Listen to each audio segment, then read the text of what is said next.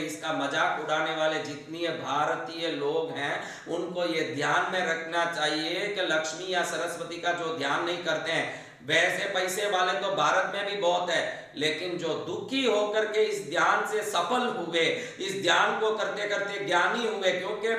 विश्व के सबसे बड़े गणित के ज्ञानी रामानुजम ने हर बार अपने जीवन में कहा कि मुझे मां लाके देती है सभी गणितों का उपाय।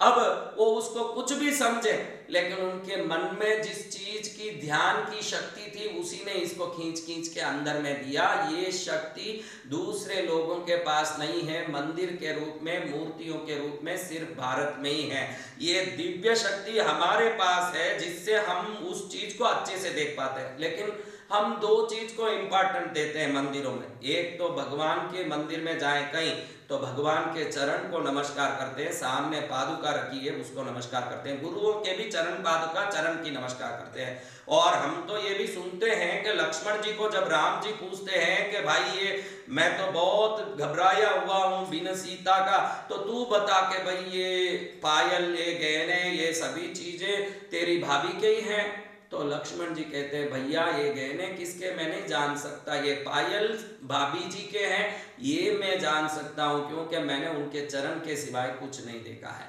और आज का विज्ञान ये मानता है बहुत सारे शोध करने के बाद कि मनुष्य की ऊर्जा ग्रेविटी के कारण, भू आकर्षण शक्ति के कारण पूर्ण रूप से शरीर से निकल करके पैरों की तरफ से होके जमीन पर जाता है, जिसको हम बॉडी एर्थिंग भी कहते हैं आज के साइंस की भाषा में। बॉडी एर्थिंग मीन्स शरीर की वो ऊर्जा जो ब्रह्मांडीय ऊर्जा के रूप में सहस्रार चक्र में प्रवेश करती है, फिर आज्ञा चक्र में आके विशुद्धि चक्र में पहुंच के अनाहत चक्र से मणिपूरक चक्र होकर के स्वादिष्टान चक्र से मूलाधार चक्र होकर के सीधा पैरों से धरती में पहुंचती है। इसीलिए जो व्यक्ति करंट में हाथ डालता है, इलेक्ट्रिसिटी में हाथ डालता है, कोई लकड़ी का पट्टा या कोई चीज हो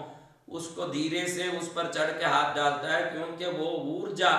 जो हमको किसी प्रकार से हानि पहुंचाती है उसको हम करंट मारना कहते हैं। एक्चुअली वो एर्थिंग है जो शरीर की ऊर्जा पैरों में से जमीन में जुटने से लगती है। इसीलिए हम पहले से अच्छी तरह से जानते थे कि ऊर्जा का स्रोत अगर चरण है तो किसी भी दिव्य शक्ति का चरण का ध्यान हमको बहुत मात्रा में ऊर्जा दे सकती है। और जितने लोग विजुअलाइज करने में पूर्ण रूप से सक्षम नहीं है, वो किसी भी शरीर को पूर्ण रूप से विजुअलाइज करने में भी सक्षम नहीं होते हैं, क्योंकि दुर्गा का आप हाथ देखेंगे तो 8 हाथ होता है, गदा होता है, शंख होता है, चक्र होता है, त्रिशूल होता है, पद्म होता है, अभय मुद्रा होती है। इतने सारे मुद्राओं के साथ शहर पर बैठी हुई, मुकुट पहनी हुई, बिंदी लगाई हुई,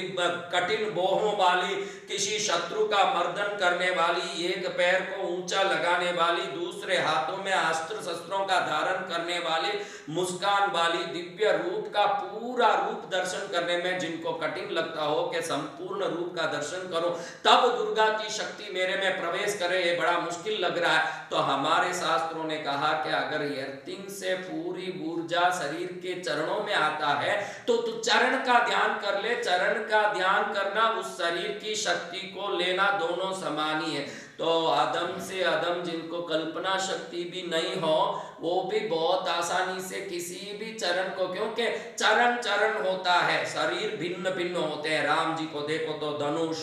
पकड़ के खड़े हैं, शंकर जी को देखो तो पिनाक लेकर के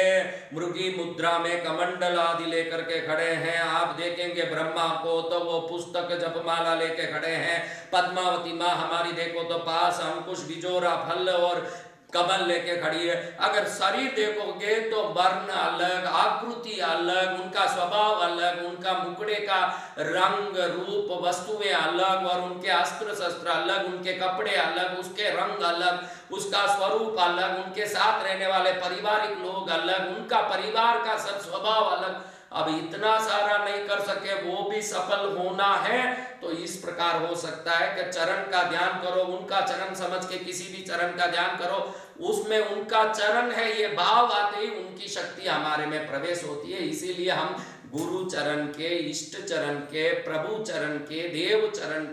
चरण के उपासक बने। इसको आज का साइंस कहता है कि पैरों में शक्ति के ऊर्जा का संग्रहित होना, शरीर की ऊर्जा का भू आकर्षण शक्ति के कारण नीचे जाना, इसको जिसको साइंस ने कहा उसको कई युगों पहले भारतीय संस्कृति ने चरण पूजा कर सब कुछ मिलेगा। क्योंकि हमने अपनी माँ का चरण देखा, पिता का चरण देखा, बड़े भाई का, पूर्वजों का, बुजुर्गों का, कितने ही चरण देखे। चरण कभी भी देखा तो हमको लगा कि चरण तो चरण है, सब समान है, तो हम बहुत आसानी से चरण को देख सकते हैं, ध्यान कर सकते हैं। तो हमारे ऋषि मुनि ऐसे वैज्ञानिक थे जिन्होंने बहुत सरलता से संपूर्ण ऊर्जा को एक सिंपल विजुअलाइजेशन में पाने का टेक्निक दिया। वो विजुअलाइजेशन का टेक्निक था चरण का ध्यान। इसलिए हमने चरण कमल कहा, चरण कमल की सेवा कही और उन चरणों से विजुअलाइज